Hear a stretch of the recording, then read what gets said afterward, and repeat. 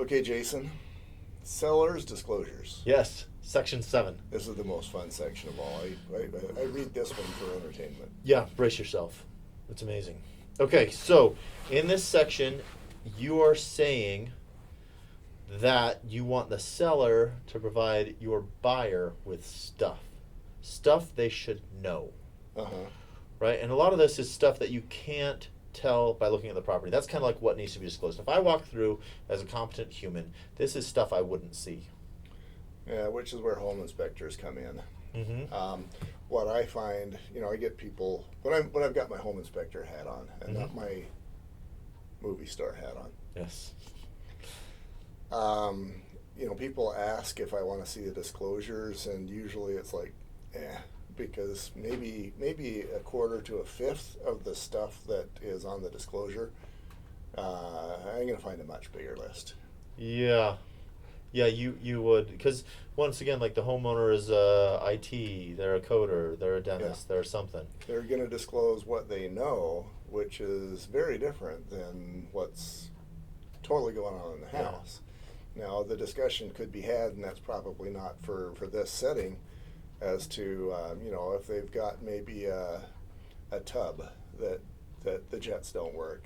Yeah. How much liability there may be if they don't disclose that the tub doesn't work. I find that in a lot of cases in that category, people just don't use the tub. They haven't used it for 20 years, and they've totally forgotten that it doesn't work. Right, they don't care. They didn't like the jets. Right. Yeah, exactly. So it covers all of the things about the home too, but also things that you wouldn't see about the home, like the CC&Rs, covenant conditions and restrictions, or the minutes in the last meeting, or the budget of the HOA. Mm-hmm. Right, they cover if you're selling a short-term rental, and like you've got it on a website and you booked it out for a year, right? Those things, like who's renting it when, and those, like, that's a contract that's in place. Who's going to manage that? Who's going to receive the funds from that? All those things. Existing management agreements, lease agreements. If you're FERPTA, if the seller's not a U.S. citizen, because there's a smacking heavy-duty tax there, right? What is FERPTA? It's the foreign person. It is exactly, let's see if I can find it, Foreign Investment in Real Property Tax Act of 1980. So they're taxed at 25% sales tax. Ooh, so a dude from China comes in and he says, okay, I want to buy a property in Midvale. Yeah. And he's buying it for $500,000. He's being charged 25% tax upon sale. Upon the sale. Now, if no one knows this, and this is why it's in the contract, if no one knows this and he gets his whole $500,000, and the buyer buys it, and then the government finds out, the buyer's now responsible for that tax. Ouch. Yeah, so that's kind of important. That's a thing to know, and that's in the seller's disclosures. Like, you need to know, and this is where it becomes the duty of an agent, because the dude in China may not know or care. Right. Right. He's highly motivated to not know or care and not bring it up. Because if he can get to closing, now it's not his problem. Exactly. That's $125,000 of motivation.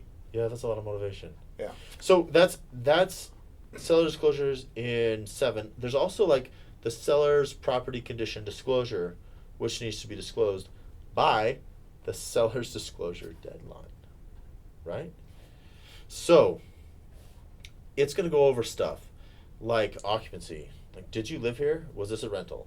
And like, if it was a rental and they didn't even live there, that's a much better reason that you dang better well get a home inspection, because now you know that the person filling out this form doesn't even have a clue what's going on in the house. Because you own a home doesn't mean you live there. Right. Because you live there doesn't mean that you know what's going on. So I have done inspections for owners who have never seen the home that they are selling. Yeah. Yeah. So it becomes really important. And then as an agent, you need to read through this, because as an agent, you're representing your buyer or your seller. So if there is misrepresentation in here, you are acting in behalf of your client. So if they're lying and you know they're lying, you are also lying, and you are licensed, and your license says that you will do the right thing, the whole ethics course, right? Okay, so you're going to go over occupancy, use of the property. Um,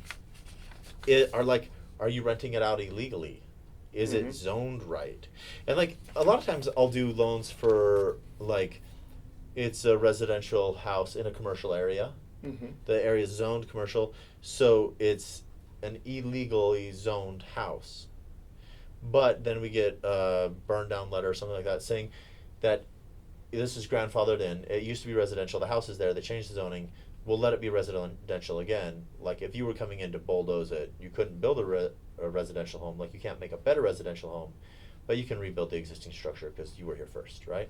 So you need to know stuff because like you're buying a cute little old house in the middle of town and you love it, but you're going to put a fancier home there. Mhm. You may not be able to, right? This is Stuff like that. this is one of those moments where, you know, again, my experience might come into color what we're talking about. Um, Back in the day, when I was doing the occasional meth remediation, there was one where it was an Asian lady who'd come over, bought the house. I'll bet you a nickel that she didn't pay a 25-cent or 25% fee on top, and then to pay for it. It's got a lot of bedrooms, and she subrents every one of the bedrooms Yeah. to somebody else, and the garage that became a bedroom as well. Wow. And one of those bedrooms turned out to be subrented to a meth head who had the place really reeking, and then I had to go in and do that. Um, Similarly, during this earthquake that happened in Salt Lake, Yeah. there was an older home, and I don't know who the owner was on this one, but somebody called me out to do a foundation inspection on for structural on this old home. It was built in like 1908. Mm. Same sort of thing. It was about 3,600 square feet. Every one of the doors had a number on it, and there was 11 doors in that 3,800 square foot home downtown Wow. Salt Lake. And I'm like, man, for like COVID, you get you can't isolate. And Yeah. if you did, you'd walk out, with your eyes on top of your head or something. It's made me feel bad for those guys. I understand that's the way it is for New York too, but this is important for a realtor because you need to understand that there are those outlier situations that we are not used to, Yeah. and when we run into those, they can't be a surprise. Right.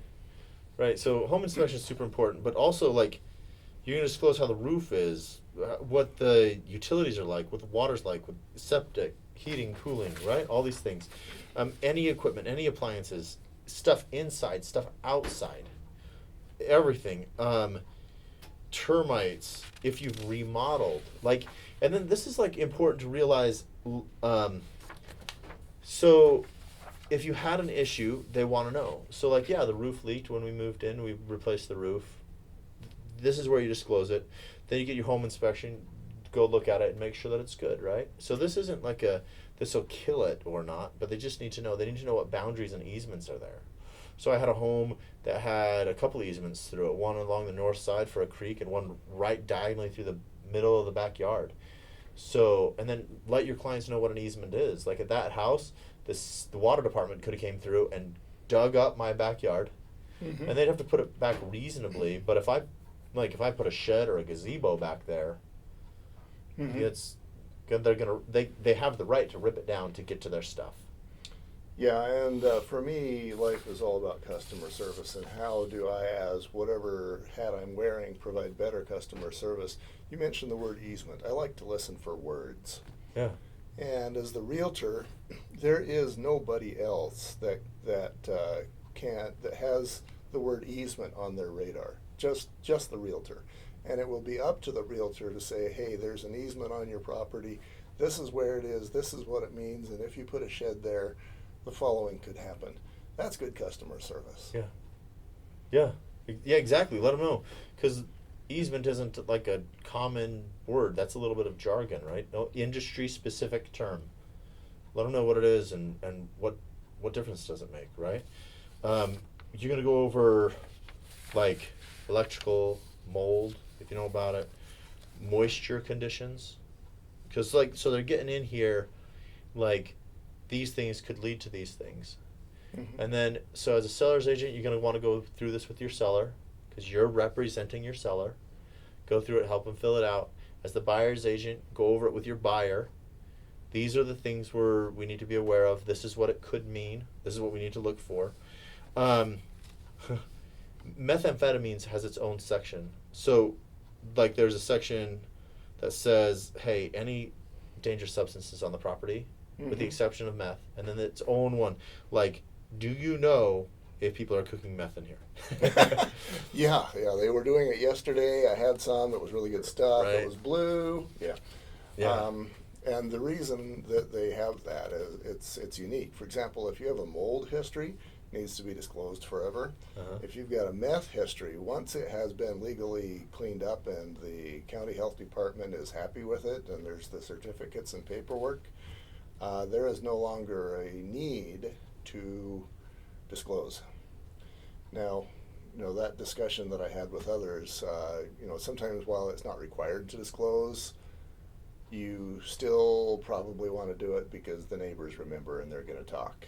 Yeah, but so to your point, the section says, to your knowledge, is the property currently contaminated from the use, storing, or manufacturing of methamphetamines?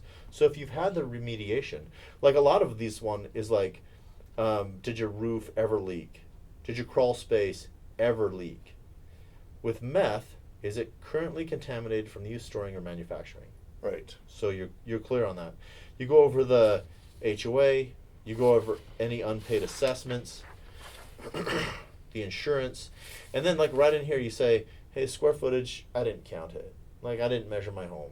Go measure it yourself. And then like the seller verifies like, all this is right, and you should let your seller know because I heard of a home where there was water damage on the exterior of the home.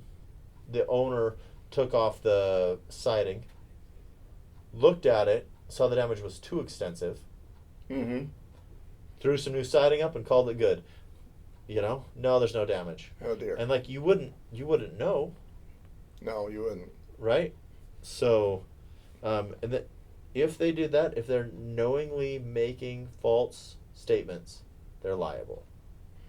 And especially that story was it last time about the mold, when the mold wasn't in the seller's disclosures, and the question on mold doesn't ask like, was it taken care of? It's like, was there ever a problem? Was there ever a problem with mold? Was there ever a problem with moisture? Was there ever, right? And so, make sure that with your client, especially in the filling out, you help them get that right. Yeah, and the complications associated with that is obviously people don't live in a home for their entire lifetime. So if you've been there for the last 5 years and the home is 60 years old, you're not going to know the answer to that question. So Well, this is just to your knowledge. right. So when you lived there, and that's why it's kind of problematic if they were leasing it out. The whole time they owned it, it was an investment property. They're like, this is basically useless. Let's get a home inspection, right? Yes. So, almost all these to your knowledge, right?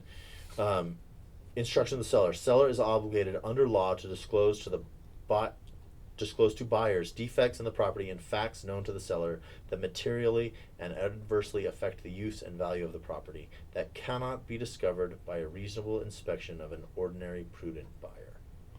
Reasonable inspection of a buyer. Right. So, that goes back to the home inspection thing. Right. And that would be an interesting discussion too, and there would be a lot of shades of gray in there, as to how much mold should the home buyer reasonably be expected to see. Right. Well, that's where it's kind of like malpractice, right? Like, did the doctor do something he knew was stupid, or was he just stupid? And if he's just stupid, should he not have been? Like, can you prove negligence, right?